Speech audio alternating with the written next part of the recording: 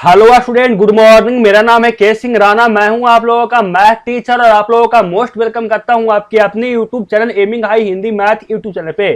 Student, आज का यह वीडियो बहुत ही इंपॉर्टेंट और बहुत ही मजेदार होने वाला है, तो वीडियो को बिल्कुल लास्ट देखिए, क्योंकि आज हम देखेंगे आप लोग हिंदी का मॉडल पेपर, जो कि बहुत ही इंपॉर्टेंट है। और आप लोग देख लीजिए कि अभी तक आप लोग को हिंदी में कितना तैयारी हो चुका है। तो आज मैं आप लोगों को मॉडल पेपर 1 का हिंदी का क्वेश्चन नंबर 1 से लेकर क्वेश्चन नंबर 15 तक का आप लोगों को आंसर पूछूंगा। आप लोगों को टोटल क्वेश्चन का आंसर कमेंट बॉक्स में देना है। अगर आप लोगों को पता होगा तो, नहीं पता होगा तो इसका आंसर आप लोगों को मैं यहीं पे दूंगा। चलिए, इसके लिए तैयार है आप लोग? अगर तैयार हैं तो अच्छी बात है। और जो स्टूडेंट चैनल पर नए होंगे तो सब्सक्राइब कर लीजिएगा, बेल आइकन दबा लीजिएगा, इससे आगे आने वाले वीडियो को नोटिफिकेशन आप लोगों को सबसे पहले मिलेगा। और आप लोग वीडियो को लाइक नहीं किया तो वीडियो को फटाफट लाइक कर दीजिए और चैनल पर नए होंगे तो सब्सक्राइब कर लीजिएगा। और ये रहा आप लोगों को हिंदी का first number question model paper 1 का। स्क्रीन पे देखिए क्या कहा जा रहा है। जो कहा जा रहा है, अर्धनारी शीर्षक पाठ के लेखक कौन है? बताइए जल्दी से कि अर्ध क्या दिया हुआ है? अर्धनारीश्वर, सॉरी स्टूडेंट, अर्धनारीश्वर शीर्षक पाठ के लेखक कौन है? मोहन राकेश, उदय प्रकाश, रामधारी सिंह दिनकर या मलयाज? मैं बता दूं कि जो आप लोगों को ये लिखा हुआ है अर्धनारीश्वर शीर्षक पाठ के जो लेखक हैं वो रामधारी सिंह दिनकर, यानी सही आंसर ऑप्शन क्या हो जाएगा? सी हो जाएगा।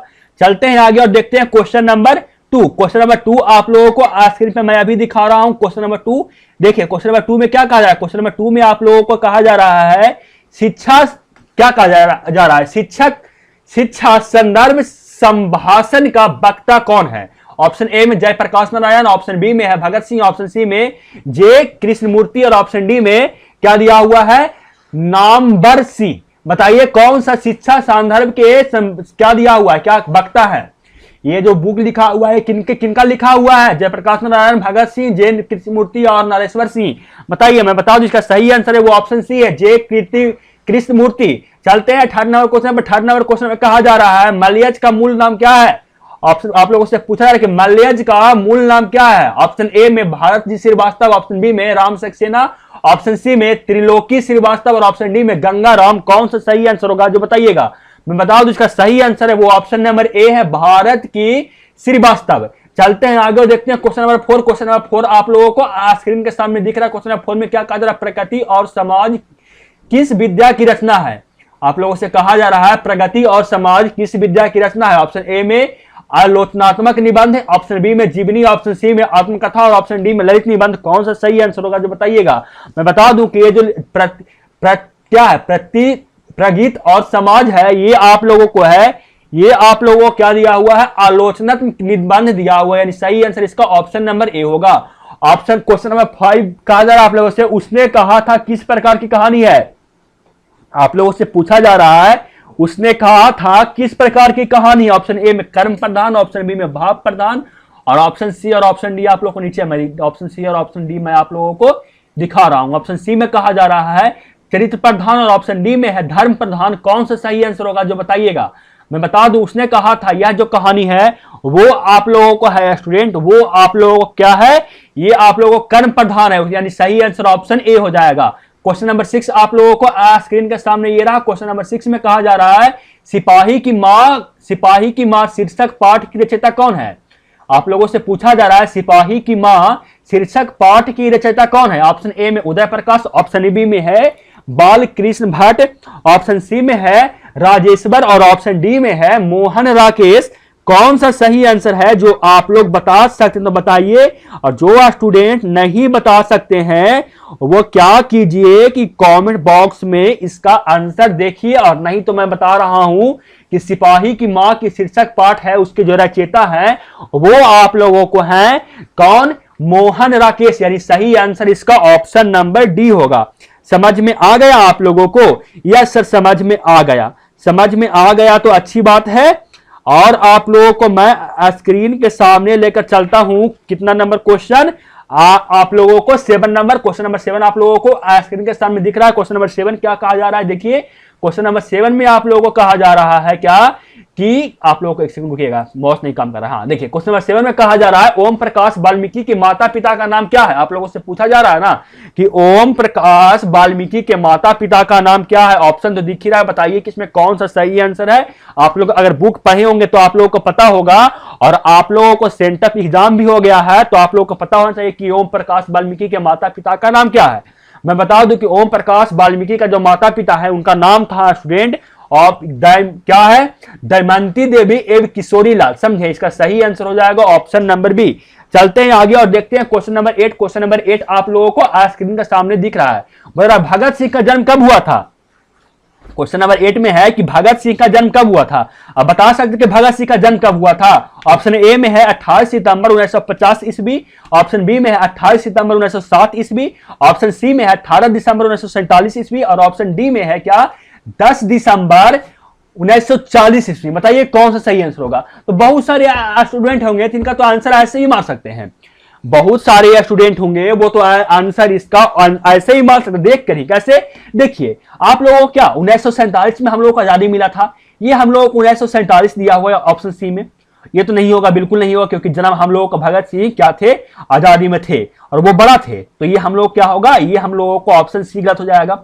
ऑप्शन बी, ये तो आजादी के और बाद है स्टूडेंट, ये 1950 आजादी के ये तो और बाद है, आजादी के बाद भगत सिंह का जन्म हुआ था, बिल्कुल नहीं। यानी ऑप्शन क्या हो जाएगा, ए भी गलत। और ये 1940 है, यानी भगत सिंह आजादी के समय 7 साल के थे, तो आजादी के समय बिल्कुल 7 साल के नहीं थे, यानी सही आंसर क्या हो जाएगा, ऑप्शन बी बचा। इसका बिल्कुल सही आंसर ऑप्शन बी हो जाएगा। आप लोग ऐसे भी अगर कोई क्वेश्चन का आंसर नहीं पता होगा तो आप ऐसे भी टिक मार सकते हैं।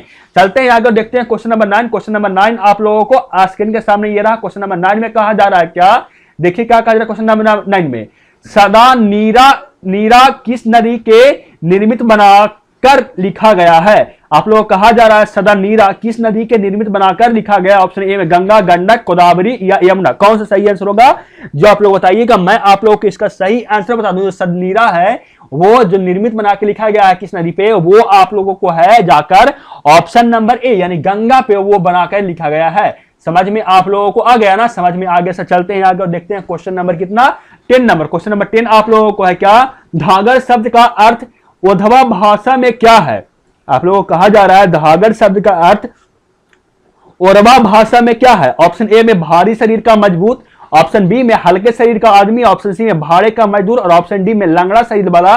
कौन सा सही आंसर होगा जो बताइएगा जल्दी से, जो बताएंगे उनके ताली, जो बताएंगे उसके लिए ताली। मैं बता दूं इसका सही आंसर है धागर, मतलब ओरवा भाषा में क्या इसका अर्थ है, भारी शरीर का आदमी, यानी सही आंसर हो जाएगा ऑप्शन नंबर ए। चलते हैं आगे और देखते हैं क्वेश्चन नंबर कितना, 11।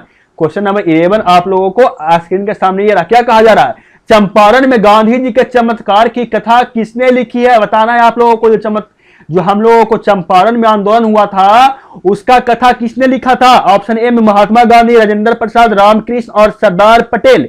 कौन सा सही आंसर है क्वेश्चन नंबर 11 का जो बताइए। मैं बता दूं इसका सही आंसर है वो राधा कृष्ण, ऑप्शन सी इसका बिल्कुल सही आंसर होगा। चलते हैं क्वेश्चन नंबर 12 पर। क्वेश्चन नंबर 12 आप लोगों को स्क्रीन के सामने ये दिख रहा है, फटाफट इसका आंसर आप जानते हैं तो बताइए। मैं इसका आप लोगों को पढ़ने के लिए देता हूं 5 सेकंड का टाइम देता हूं। अब टाइम स्टार्ट करते हैं। अब 1 2 3 4 5। क्या क्वेश्चन कहा जा रहा है, क्वेश्चन कहा जा रहा है जयप्रकाश नारायण की पत्नी का नाम क्या था।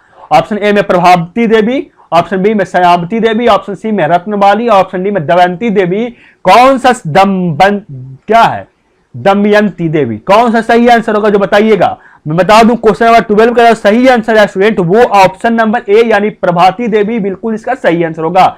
याद देखिए क्वेश्चन नंबर 13। क्वेश्चन नंबर 13 में आप लोगों को कहा जा रहा है कर्मक शीर्षक कविता किसने लिखा है। ये जो लिखा हुआ है कविता ये किसका लिखा हुआ है। ऑप्शन ए में तुलसीदास, ऑप्शन बी में कबीरदास, ऑप्शन सी में सूरदास और ऑप्शन डी में जयसी। कौन सा सही आंसर होगा जो बताइएगा। मैं बता दूं क्वेश्चन नंबर 30 का जो सही आंसर होगा ना वो ऑप्शन नंबर डी यानी जयसी इसका बिल्कुल सही आंसर है। चलते हैं आगे और देखते हैं क्वेश्चन नंबर 14। क्वेश्चन नंबर 14 में क्या कहा जा रहा है कि आप लोगों को स्क्रीन पे सामने क्वेश्चन नंबर 14 कहा जा रहा है सूरदास किस भाषा की कवि है।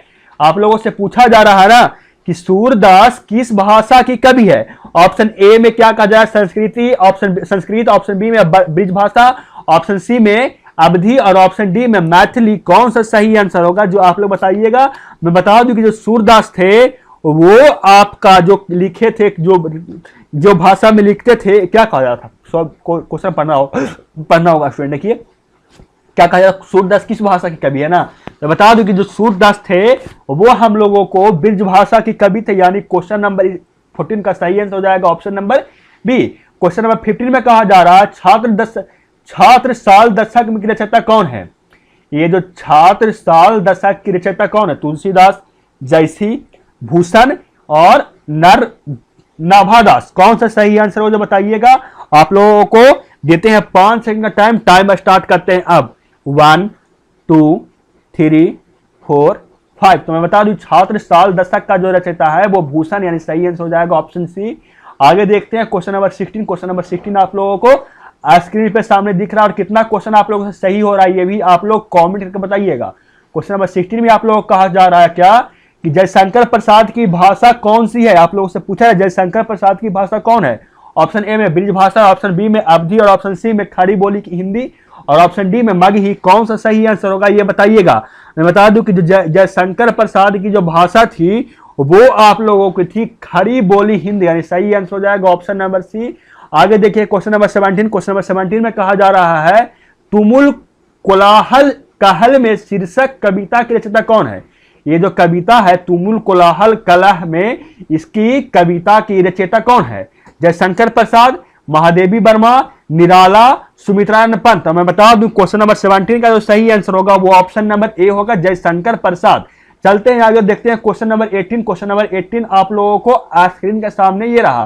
क्वेश्चन नंबर 18 में कहा जा रहा है हेनरी लोपेज कहां के रहने वाले थे?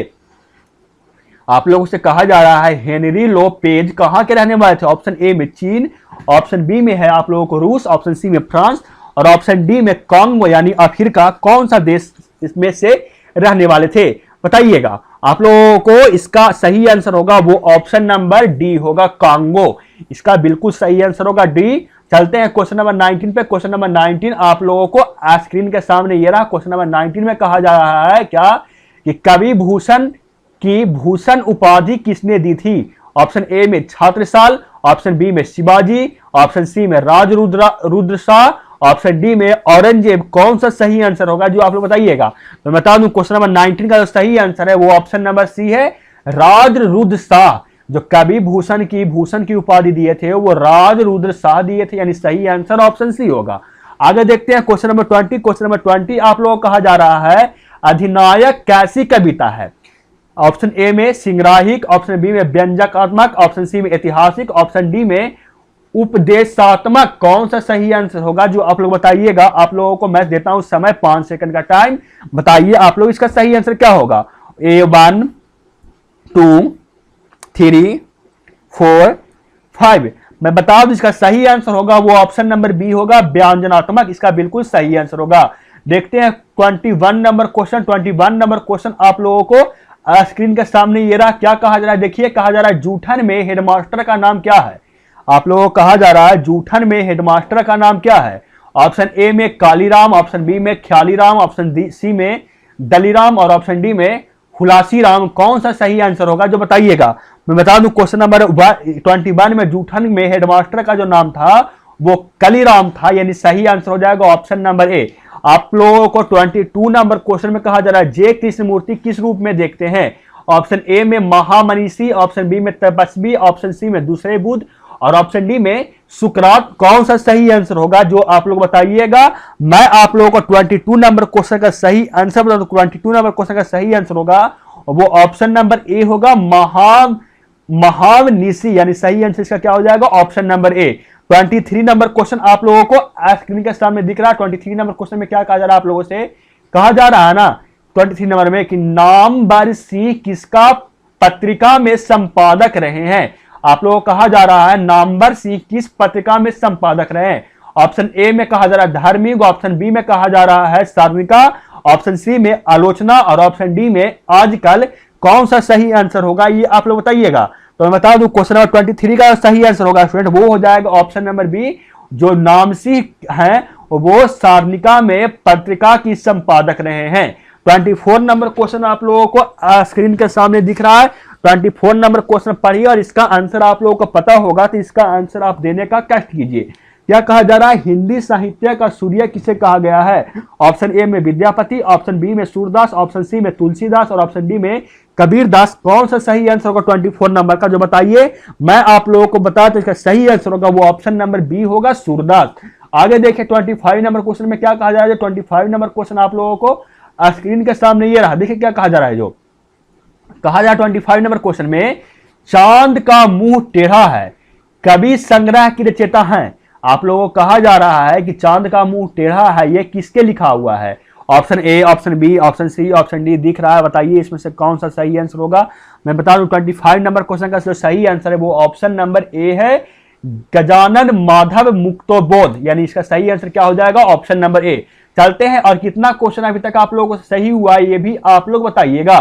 देखिए 26 नंबर क्वेश्चन में क्या कहा जा रहा है। 26 नंबर में कहा जा रहा है ना आप लोगों से, इत्यादि शब्द का संधि विच्छेद करें। आप लोगों से इत्यादि शब्द का संधि विच्छेद करने के लिए आप लोगों से बोला जा रहा है कि इत्यादि शब्द का संधि विच्छेद कौन आएगा, ए बी सी डी में से बताइए कि कौन सा सही आंसर होगा।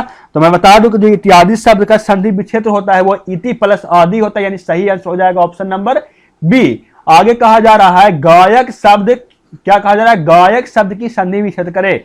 आप लोगों से 27 नंबर में बोला कि गायक शब्द का संधि विच्छेद करे, तो गायक शब्द का संधि विच्छेद क्या होता है?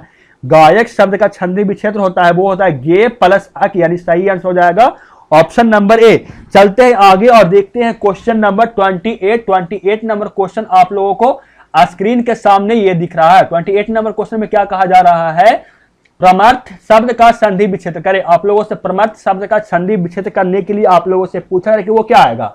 ऑप्शन ए में परम अर्थ, ऑप्शन बी में परमार्थ, ऑप्शन सी में परमार्थ, ऑप्शन सी में पर अर्थ। कौन सा सही आंसर होगा 28 का, यानी परम अर्थ का संधि विच्छेद, जो आप लोग बताइएगा। मैं बता दूं 28 नंबर क्वेश्चन का जो सही आंसर है वो होगा ऑप्शन नंबर ए, परम अर्थ इसका क्या है, बिल्कुल सही आंसर है। चलते हैं आगे और देखते हैं विद्यार्थी का संधि विच्छेद 29 नंबर में। तो विद्यार्थी का जो होता है ये तो बच्चे जानते होंगे, क्योंकि ये बच्चे से ही पढ़ते आ रहे हैं विद्यार्थी, और इसका आप लोग नहीं जानते संधि विच्छेद, तो आप लोग क्या करना होगा, आप लोग को पढ़ने की जरूरत है। आप लोग 29 नंबर क्वेश्चन का आंसर कमेंट बॉक्स में दीजिएगा, मैं कुछ नहीं बताऊंगा। 30 नंबर क्वेश्चन का आंसर पढ़ता हूं, बताता हूं इसका आंसर। 30 नंबर क्वेश्चन का आंसर, 30 नंबर क्वेश्चन में आप लोग से कहा जा रहा है दुर्गम शब्द का विलोम है। आप लोगों को कहा जा रहा है कोई दुर्गम शब्द का विलोम होगा, यानी दुर्गम शब्द का उल्टा क्या होगा। दुर्गम मतलब कठिन होता है, कठिन का उल्टा क्या होगा, कठिन का उल्टा होगा क्या, आप लोग बताइए। आप लोग कठिन का उल्टा क्या होगा जो बताइए, कठिन का उल्टा क्या होगा। तो कठिन का उल्टा होगा सुगम, यानी सही आंसर हो जाएगा ऑप्शन नंबर बी। आगे कहा जा रहा है अनुकूल का विलोम शब्द, बताइए अनुकूल का विलोम शब्द क्या होता है। अनुकूल का विलोम शब्द क्या होता है, प्रतिकूल होता है। आरोही शब्द का विलोम शब्द बताइए, तो आरोही शब्द का विलोम शब्द क्या होता है। तो आरोही शब्द का जो विलोम शब्द होता है वो अवरोही होता है, यानी सही आंसर ऑप्शन नंबर ए हो जाएगा। विराग शब्द का विलोम शब्द क्या होता है, बताइए। विराग शब्द का क्या विलोम शब्द क्या होता है। तो विराग शब्द का जो होता है विलोम शब्द वो होता है अनुराग, यानी सही आंसर हो जाएगा ऑप्शन नंबर बी। आगे क्वेश्चन में क्या कहा जा रहा है, देखिए कहा जा रहा है आंखों का तारा होना का मुहावरा का अर्थ है। आप लोगों को कहा जा रहा है आंखों का तारा होना मुहावरा का अर्थ है। ऑप्शन ए में दुश्मन होना, ऑप्शन बी में मित्र होना, ऑप्शन सी में प्रिय होना, ऑप्शन डी में अपित्र होना। कौन सा सही आंसर होगा जो बताइएगा। तो मैं बता दूं कि आंखों का तारा होना मतलब होता है इसका प्रिय होना, यानी सही आंसर हो जाएगा ऑप्शन नंबर सी। ये कहा जा रहा है 35 नंबर क्वेश्चन में क्या कहा जा रहा है, देखिए 35 नंबर क्वेश्चन में आप लोगों से कहा जा रहा है ऊंट के मुंह में जीरा का फोरन का अर्थ क्या है। आप लोगों को कहा जा रहा है, आप लोगों ने बहुत सारे जो होंगे वो सुने होंगे, बहुत सारे दोस्त भी बोले होंगे, चाहे बहुत बार में सुने होंगे आप लोग कि ऊंट के मुंह में जीरा का फोरन, इसका अर्थ क्या होता है। आप लोग जानते हैं कि ऊंट के मुंह में जीरा का फोरन क्या होता है। तो ऊंट के मुंह के जीरा का फोरन होता है कम देना, यानी समझे इसका ऊंट का मुंह में जीरा का फोरन मतलब होता है कम देना, यानी कि कोई बड़ा चीज है, बहुत बड़ा चीज है, उसमें आप लोग थोड़ा सा डाल रहे हैं तो होता है कि ऊंट के मुंह में जीरा का फोरन, यह मुहावरा होता है। कान काटना का मुहावरा का अर्थ क्या होता है बताइए। कान काटना का मुहावरा का अर्थ क्या होता है, बता सकते हैं कान काटना का मुहावरा का अर्थ क्या होता है। तो कान काटना का जो मुहावरा का अर्थ होता है वो चतुर होना, यानी ऑप्शन बी इसका क्या हो जाएगा, बिल्कुल सही हो जाएगा। ऑप्शन कहा जा रहा है 37 में कहा जा रहा है आप लोगों से क्या, घी के दिए जलाना मतलब क्या होता है। आप लोगों को कहा जा रहा है घी के दिए के जलाने का अर्थ क्या होगा। ऑप्शन ए में समृद्ध होना, ऑप्शन बी में प्रसन्न होना, प्रसन्न व्यक्त करना, ऑप्शन सी में दुखी होना और ऑप्शन डी में कहा जा रहा है भयभीत होना। तो मैं बता दूं घी के दिए जलाने का अर्थ होता है प्रसन्नता व्यक्त करना, यानी सही आंसर होगा ऑप्शन नंबर बी। नहीं कहा था घी के दिए जलाना यानी आप लोग क्या बहुत प्रसन्न है। चाहे आप लोग को यह भी होता है कि क्या सब जो अंगुली होता है वो घी में है, यानी क्या वो बहुत प्रसन्न है। समझ में आप लोगों को आ गया होगा, समझ में आ गया सर। 38 नंबर क्वेश्चन का देखिए आंसर। 38 नंबर क्वेश्चन में क्या कहा है, 38 नंबर क्वेश्चन में आप लोगों से कहा जा रहा है नगर शब्द का विश्लेषण होगा। 38 में कहा जा रहा है आप लोगों से कि नगर शब्द का विश्लेषण होगा। ऑप्शन ए में नागरिक, ऑप्शन बी में क्या है, ऑप्शन ए में है नगरीय, ऑप्शन बी में नागरिक, ऑप्शन सी में नगरवासी और ऑप्शन डी में नागर। कौन सा सही आंसर होगा 38 का जो बताइए। मैं बता दूं 38 क्वेश्चन का सही आंसर होगा वो ऑप्शन नंबर क्या होगा, बिल्कुल भी सही होगा, नागरिक, नगर का विश्लेषण। आगे 39 में कहा जा रहा है आप लोगों से क्या, जो मैं अभी आप लोगों को दिखा रहा हूं, रंग का विश्लेषण क्या होगा। ऑप्शन 39 में कहा जा रहा है रंग का विश्लेषण क्या होता है। रंग का जो विश्लेषण होता है स्टूडेंट वो होता है रंगबाज, यानी सही आंसर होगा ऑप्शन नंबर बी। चलते हैं आगे और देखते हैं क्वेश्चन नंबर 40। क्वेश्चन नंबर 40 में कहा जा रहा है पत्थर शब्द का विश्लेषण।